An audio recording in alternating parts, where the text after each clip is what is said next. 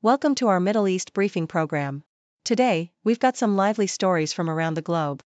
First up, in Australia, Victorian Mayor Danny Goss is taking a 21-day break after an investigation revealed he was pretty aggressive and even told a young councillor to shut up.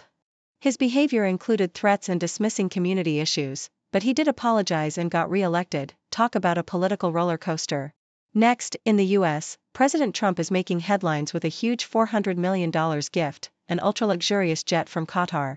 He says accepting it is stupid not to, and plans to use it for his presidential library. Critics worry about conflicts of interest, but Trump sees it as a sign of gratitude from Middle Eastern allies. The drama continues as legal procedures unfold. Finally, in Libya, the UN is calling for peace as heavy fighting erupts in Tripoli after the killing of a militia leader. Gunfire, explosions, and injured civilians remind us how fragile stability still is in the region. Residents are staying indoors, hoping for calmer days ahead. Please continue to watch for more detailed stories. Australian Broadcasting Corporation reports on the suspension of Victorian Mayor Danny Goss, who was found guilty of misconduct after a detailed investigation revealed his aggressive and abusive behaviour during council meetings. The Arbiter's report uncovered a series of troubling incidents, including Goss telling a young female councillor to shut up and making threats towards former Mayor Anne-Marie McCabe, with comments about voters coming after her with baseball bats. Despite these outbursts, Goss maintained that his words were colloquial and not in breach of standards, even as he publicly criticized council initiatives like gender committees and street renaming, emphasizing his focus on basic infrastructure projects. Following his apology for past comments, Goss was re-elected but will face a 21-day suspension after a council meeting, highlighting ongoing tensions between personal conduct and public service. Australian Broadcasting Corporation also covers Donald Trump's controversial acceptance of a $400 million luxury jet offered by Qatar's royal family, which he claims will be donated to his presidential library. Critics argue that accepting such a gift presents a conflict of interest and raises ethical concerns, especially given the timing of the offer amid ongoing investigations into potential foreign influence. Trump dismisses these criticisms, calling the gesture a great act of gratitude for U.S. support in the Middle East and emphasizing his practical need for a new Air Force One aircraft, citing delays from Boeing.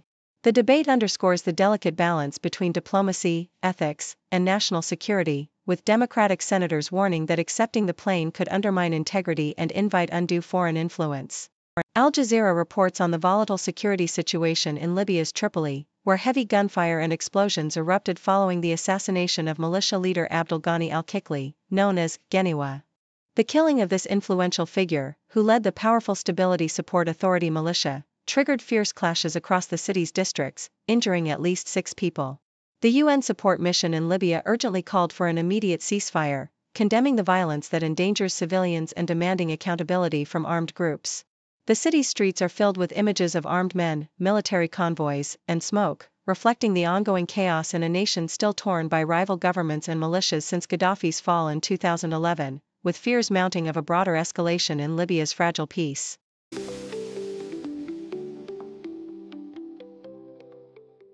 BBC vividly depicts the tragic plight in Gaza, where the Israeli blockade has plunged nearly 20% of the population into catastrophic hunger. Desperate parents grapple with the harrowing challenge of securing food and medication for their children as aid remains blocked for over 3 months. The scenes are distressing, highlighting the human toll of political conflict, with families on the brink of starvation, their despair palpable amidst the ongoing crisis. The UN urgently calls for international intervention, emphasizing the dire need for aid to prevent a humanitarian catastrophe in Gaza. Yahoo US reports the tense encounter at Chicago's O'Hare Airport involving Hassan Piker, a prominent online streamer, who was detained and questioned over his political views upon returning from France. Piker's candid responses to probing questions about Hamas, Hezbollah, and his opinions on Trump appeared to be an attempt to gauge the authorities' intentions, but he believed the detention was an intimidation tactic aimed at instilling fear among media figures. His account reveals the broader issue of increased scrutiny and potential suppression of free speech at U.S. borders, with other cases like lawyer Amir Mackald's detention illustrating a pattern of aggressive questioning and phone searches, raising concerns about civil liberties and the chilling effect on activism and discourse. Australian Broadcasting Corporation elaborates on Pope Leo XIV's inaugural address, where he called for unarmed peace amidst global conflicts, echoing the compassionate legacy of Pope Francis. Known for his extensive interfaith engagement and advocacy for refugees, Francis fostered dialogue across religions, notably visiting migrant-laden Lampedusa and co-signing a groundbreaking document on human fraternity in the UAE. As the new pope, Leo XIV is expected to continue this legacy with a more reserved but equally committed approach to interfaith dialogue and social justice, shaped by his diverse background and experience. His emphasis on fraternity and peace reflects a potential for steady leadership in a fractured world, drawing from his missionary roots and global perspective, promising a nuanced continuation of Francis' inclusive vision.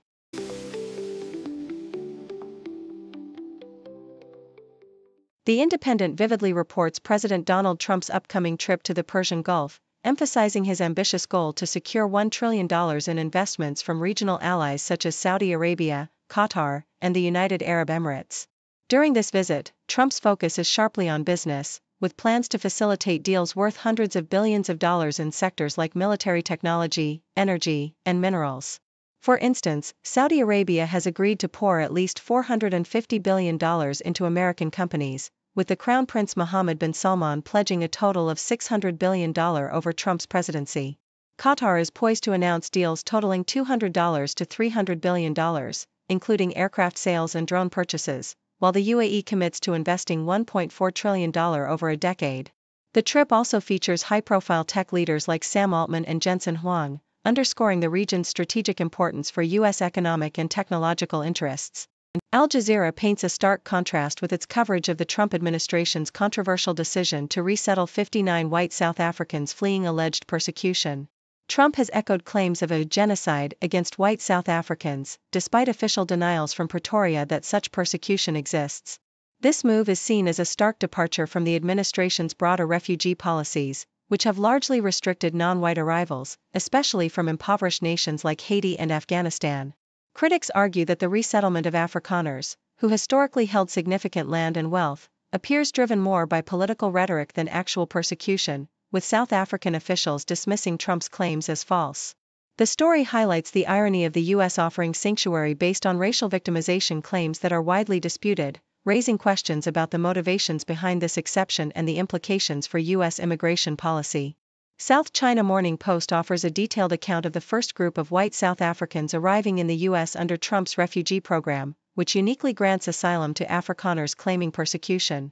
The arrival at Dulles Airport was marked by celebratory flags and words of welcome from U.S. officials, with Trump asserting that white farmers are victims of terrible violence and genocide, a narrative strongly contested by South African authorities. President Cyril Ramaphosa and other officials have dismissed these claims as false, emphasizing that most victims of violence in South Africa are young black men, and that whites still control a significant portion of land and wealth. Critics argue that this resettlement is emblematic of Trump's broader strategy of exploiting racial and political narratives, with some viewing it as a misguided attempt to appeal to his political base by framing the South African situation as a racial persecution crisis, despite clear demographic and socio-economic realities.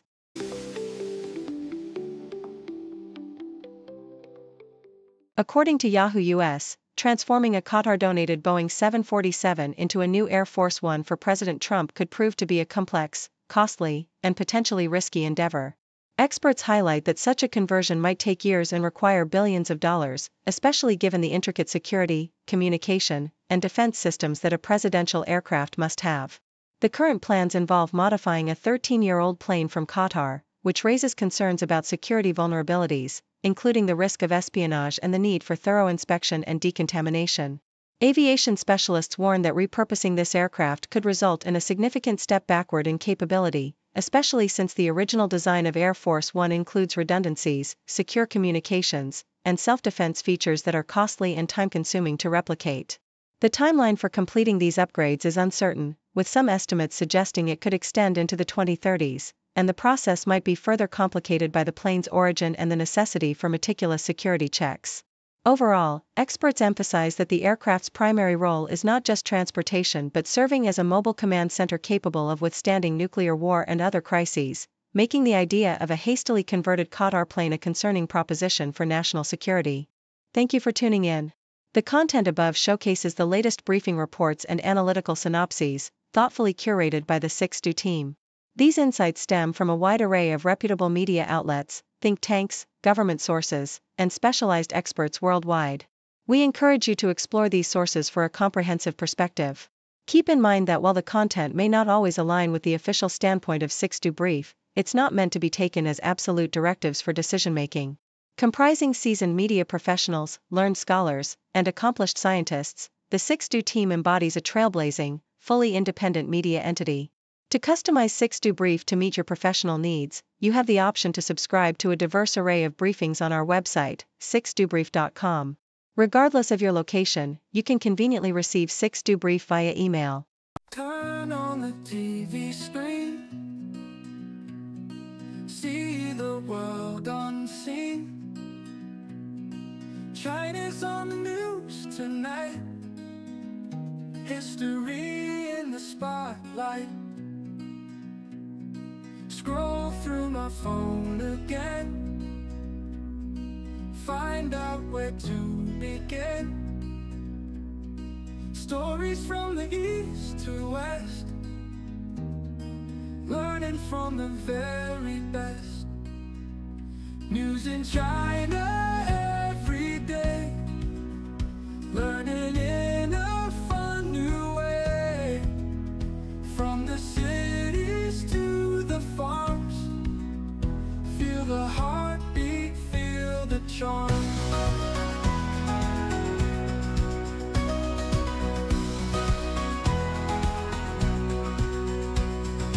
Ancient tales in modern times, mountains high and river rhymes. Culture rich in every town, golden driving never down. Every headline a new friend, from beginning to the end. Connecting hearts through every word, China's story always heard. News in China every day, learning a fun new way. From the cities to the farms, feel the heartbeat, feel the charm.